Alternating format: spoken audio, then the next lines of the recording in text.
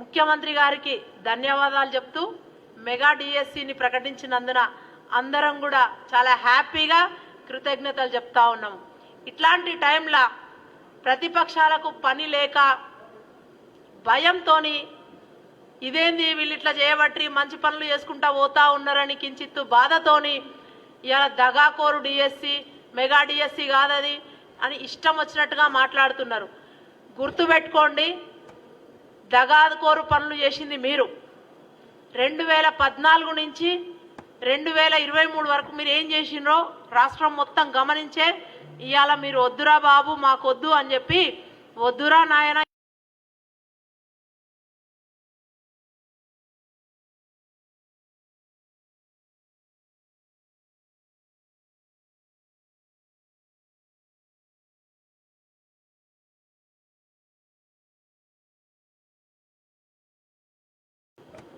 ఈరోజు ప్రెస్ మీట్లో నాతో పాటు ఇక్కడ అధికార ప్రతినిధులు లింగం యాదవ్ గారు, national youth Congress national spokes person Raj Kumar గారు, యూత్ కాంగ్రెస్ నుంచి రాహుల్ గారు ఉన్నారు.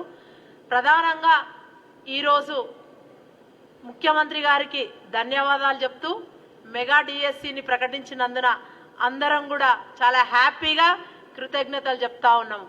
ఇట్లాంటి టైంలో ప్రతిపక్షాలకు పని లేక భయంతోని ఇదేంది వీళ్ళు ఇట్లా చేయబట్టి మంచి పనులు చేసుకుంటా పోతా ఉన్నారని కించిత్తు బాధతోని ఇలా దగాకోరు డిఎస్సి మెగా డిఎస్సి కాదది అని ఇష్టం వచ్చినట్టుగా మాట్లాడుతున్నారు. గుర్తుపెట్టుకోండి, దగాకోరు పనులు చేసింది మీరు. 2014 నుంచి 2023 వరకు మీరు ఏం చేసినో రాష్ట్రం మొత్తం గమనించే ఇవాళ మీరు వద్దురా బాబు మాకొద్దు అని చెప్పి వద్దురా నాయన ఈ కేసీఆర్ పాలన అని చెప్పి మిమ్మల్ని ఇంట్లో కూర్చోబెట్టి చక్కటి తీర్పిచ్చిండ్రు. ఇవాళ రేవంత్ రెడ్డి గారు ముఖ్యమంత్రి అయిన తర్వాత కాంగ్రెస్ పార్టీ అధికారంలోకి వచ్చినాక వెంటనే ఉద్యోగ భర్తీలు చేస్తూ ప్రజలకు మంచి పరిపాలన అందిస్తున్న దిశలో పోతున్న క్రమంలో మీరు ఇవాళ అవాకులు చివాకులు వేల్తా ఉన్నారు. మీరు 2014 నుంచి ఊరిస్తూ వచ్చి ఇగ తెస్తాము ఇగ చేస్తాము ఇగ ఉద్యోగాలు అని చెప్పి 1,00,000 ఉద్యోగాలని అదని ఇదని ఇంటికొక ఉద్యోగం అని మీరు చేసి ఒప్పరిల్లి తెప్పరిల్లి లాస్ట్కు 8,700 ఉద్యోగాలు డిఎస్సి ప్రకటిస్తే 2018లో అట్లిట్లా పెట్టి గదొక్కటి మీరు చేసింది. మళ్ళా 2023 ఎలక్షన్ ముందట మళ్ళొక డిఎస్సి అన్నారు, అది కాకనే పాయ్.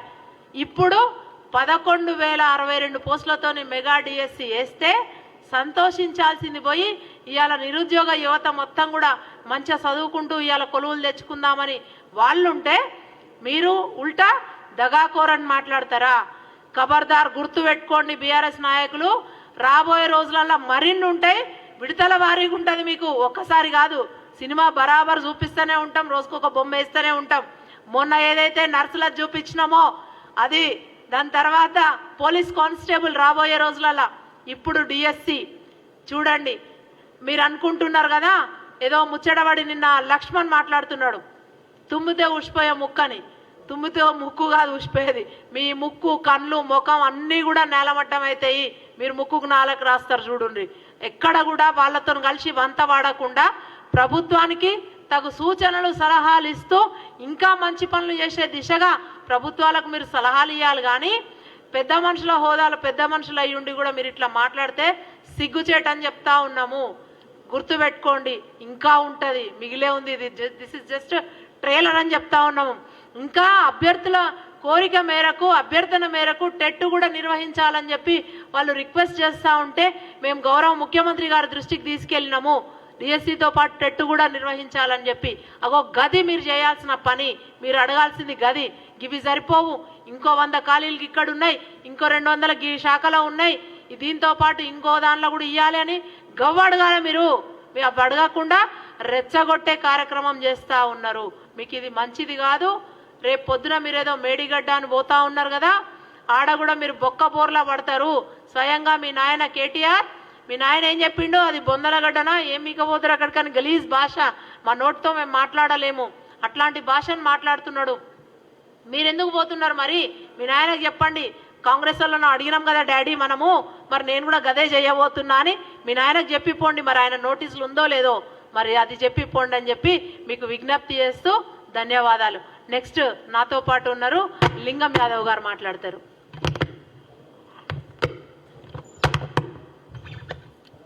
ముందుగా మీడియా మిత్రులకు నమస్కారం. ఈరోజు గౌరవనీయ ముఖ్యమంత్రి మెగా డిఎస్సిని ప్రకటించడం చాలా ఆనందంగా ఉంది. మేము మేనిఫెస్టో కమిటీ మెంబర్గా, manifesto committee chairman Sridhar Babu గారు ఆధ్వర్యంలో మా మేనిఫెస్టోలోనే మేము ప్రకటించడం జరిగింది. మెగా డిఎస్సిని గవర్నమెంట్ ఏర్పడిన తొందరలోనే మెగా డిఎస్సిని ఏర్పాటు చేస్తామని. మరి దానికి అనుగుణంగా మా మేనిఫెస్టో మరొక గ్యారంటీ, అంటే మేనిఫెస్టోలో కాంగ్రెస్ పార్టీ ఇచ్చిన ప్రతి గ్యారంటీని అమలు చేస్తుందనే దానికి నిదర్శనం ఈరోజు మరొకసారి మెగా డిఎస్సిని ప్రకటించడం జరిగింది. మనం తెలుసు, గతంలో ముఖ్యమంత్రిగా పనిచేసినటువంటి కేసీఆర్ గారు 9.5 సంవత్సరాలుగా కనీసం ఒక డిఎస్సిని ఎన్ని డిఎస్సీలు వేసిండో మనకు తెలుసు. ఆ రోజు తెలంగాణ ఉద్యమంలో నీళ్లు, నిధులు, నియామకాల పేరు మీద కొడాని తెచ్చుకున్నటువంటి తెలంగాణలో ఆ రోజు నిరుద్యోగులకు అన్యాయం చేసినటువంటి వ్యక్తి కేసీఆర్ గారు. మరి కాంగ్రెస్ పార్టీ అంటేనే ఒకసారి హామీ ఇస్తే తప్పకుండా అమలు చేసి తీరుతుంది. అందుకే ఈరోజు కాంగ్రెస్ పార్టీ ప్రభుత్వం, గౌరవనీయ ముఖ్యమంత్రి రేవంత్ రెడ్డి గారు, మరి అదేవిధంగా మంత్రులు అందరూ కూడా కాంగ్రెస్ పార్టీ ఇచ్చిన ప్రతి హామీని ఎట్టి పరిస్థితిలో కూడా అమలు చేసి తీరుతామనే దానికి మరొక ఉదాహరణ ఈరోజు మెగా డిఎస్సి. దీన్ని చూసి ఇవాళ మరి టీఆర్ఎస్ నాయకులు, సోకాల్ బీఆర్ఎస్ నాయకులు మళ్ళీ అవాకులు చెవాకులు పేరుతున్నారు. బిడ్డ బీఆర్ఎస్ నాయకురాల, మీరు 9.5 సంవత్సరాలుగా కనీసం ఎన్ని ఉద్యోగాలు ఇచ్చారో ఇవాళ తెలంగాణ యువతను అడిగితే తెలుస్తుంది. అందుకే ఈరోజు కాంగ్రెస్ పార్టీ హామీలో ఇవాళ యువత అంతా కూడా చాలా ఆనందంగా హర్షధ్వానాలు వ్యక్తం చేస్తున్నారు. ఎందుకంటే 9.5 సంవత్సరాలుగా వాళ్ళు కోల్పోయినటువంటి యువత జీవితాన్ని ఈరోజు కాంగ్రెస్ పార్టీ ప్రభుత్వంలో మళ్ళా ఉద్యోగాలు వస్తాయనే ఆశలు ఇవాళ ఈ ప్రభుత్వంలో చిగురుస్తున్నాయి. అందుకే ఇవాళ యువకులు అందరూ కూడా చాలా ఆనందంగా ఉన్నారు. కాంగ్రెస్ పార్టీకి ధన్యవాదాలు తెలియజేసుకుంటున్నారు. ఎందుకంటే వాళ్ళు కాంగ్రెస్ పార్టీ మొన్ననే మేము పోలీసు ఉద్యోగాలు ఇచ్చాం, స్టాఫ్ నర్సులు, అదేవిధంగా మళ్ళీ ఈరోజు మెగా డిఎస్సి. మరి తొందరలోనే కాంగ్రెస్ పార్టీ ఇచ్చిన ప్రతి గ్యారంటీని, ప్రతి ఉద్యోగాలు ఇవాళ యూనివర్సిటీలో ఉన్నటువంటి ఖాళీలను కూడా తొందరలో భర్తీ చేస్తారని ఆశాభావం వ్యక్తం చేసుకుంటూ, దీనికి ఇవాళ తెలంగాణ యువత అంతా కూడా ఇవాళ ఆనందంగా ఉన్నారని తెలియజేసుకుంటున్నాను. మరి అదేవిధంగా మా స్పోక్ పర్సన్ చెప్పినట్టు ఇవాళ కేసీఆర్ బీఆర్ఎస్ నాయకులు కేటీఆర్ మేడిగడ్డ పోతుడు.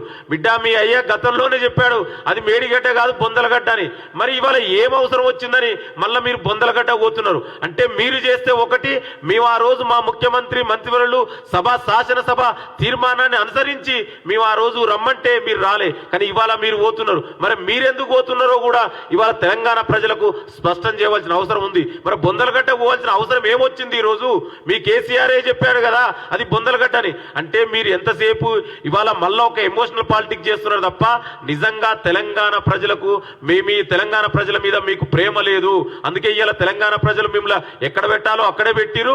ఇవాళ రేపు రాబోయే పార్లమెంట్ ఎలక్షన్ లో కూడా మీరు మళ్ళా బుద్ధి చెప్తారు మీ బీఆర్ఎస్ టీఆర్ఎస్ నాయకులకు. అందుకే అవాకులు చెవాకులు వేలకుంటా ఇవాళ ఏదైనా మంచి కన్స్ట్రక్టివ్ క్రిటిసిజం ఇవ్వండి. ఒక పాజిటివ్ దృక్పథంతో ప్రభుత్వం ముందుకెళ్తుంది.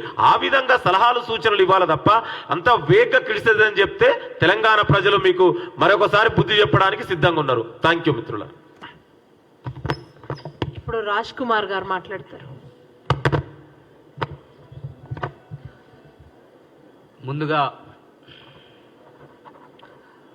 ముందుగా మీడియా మిత్రులందరికీ నమస్కారం. నా పేరు Avunuru Raj Kumar, youth Congress national spoke person. ఈరోజు తెలంగాణ రాష్ట్ర ప్రభుత్వం మెగా డిఎస్సి వేయాలి అనే తీసుకున్న నిర్ణయం అనేది చూస్తూ ఉంటే నా గుండెనే హర్షద్వారాలతోటి రేకెత్తిస్తుంది.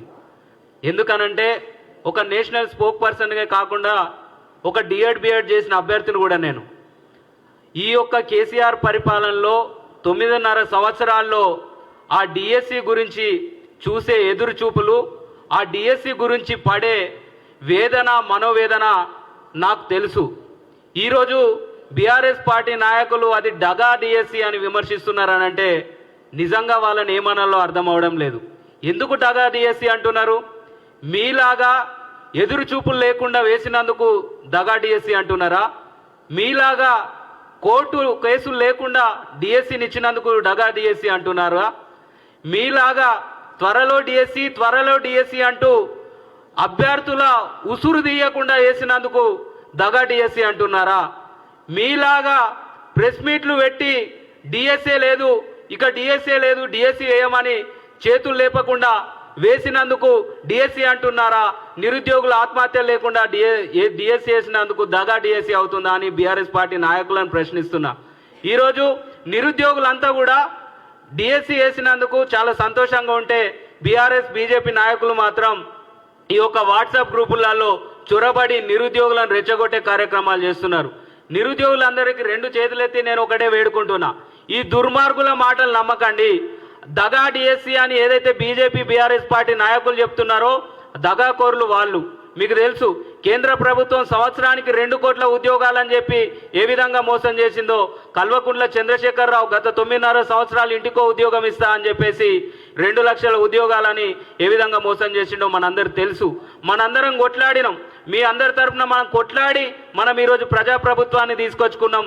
ఈ ప్రజాప్రభుత్వం మన నిర్ణయాలకు అనుగుణంగా ఈరోజు ఇచ్చిన మాటకు కట్టుబడి నాడు తల్లి సోనియమ్మ తెలంగాణ రాష్ట్రాన్ని ఏ విధంగా ఇచ్చిందో మన గొప్ప ముఖ్యమంత్రి గారు, మన మంత్రి మండలి నేడు మనకిచ్చిన మాట ప్రకారం 2 లక్షల ఉద్యోగాలు సంవత్సరానికి వేస్తా అని చెప్పేసి ఇప్పటికే 25,000 ప్రభుత్వ ఉద్యోగాలు భర్తీ చేసి మొన్ననే తెలంగాణ రాష్ట్రంలో మొట్టమొదటి గ్రూప్ 1 ఎగ్జామ్ నోటిఫికేషన్ రిలీజ్ చేసి ఈ యొక్క మెగా నోటిఫికేషన్ డిఎస్సి ఇచ్చేసరికి వీళ్ళకు మాట్లాడడానికి చేయడానికి పని లేక చేతగాని బీఆర్ఎస్ బీజేపీ నాయకుల మాటలు నమ్మద్దు, వాళ్ళ వాదనను పట్టించుకోవద్దు. దయచేసి ఇందాక అక్కగారు చెప్పినట్టు అన్నగారు చెప్పినట్టు టెట్టుకు సంబంధించి కూడా ప్రభుత్వం దృష్టికి తీసుకెళ్లి టెట్ నోటిఫికేషన్ ఉండేలాగా కూడా మీకు ఏ విధంగా లోటుపాటు లేకుండా ఈ డిఎస్సి నిర్వహిస్తామని చెప్తూ ఈ యొక్క అవకాశాన్ని ప్రతి ఒక్క నిరుద్యోగ యువత సద్వినియోగం చేసుకోవాల్సిందిగా కోరుకుంటూ మీ యొక్క ఎటువంటి అపోహలకు పోవద్దని కోరుకుంటూ మరొకసారి తెలంగాణ రాష్ట్ర ముఖ్యమంత్రి గారికి, తెలంగాణ రాష్ట్ర ప్రభుత్వానికి నా తెలంగాణలో ఉన్న విద్యార్థి నిరుద్యోగ సోదరులందరి తరపున హృదయపూర్వక ధన్యవాదాలు. Thank you.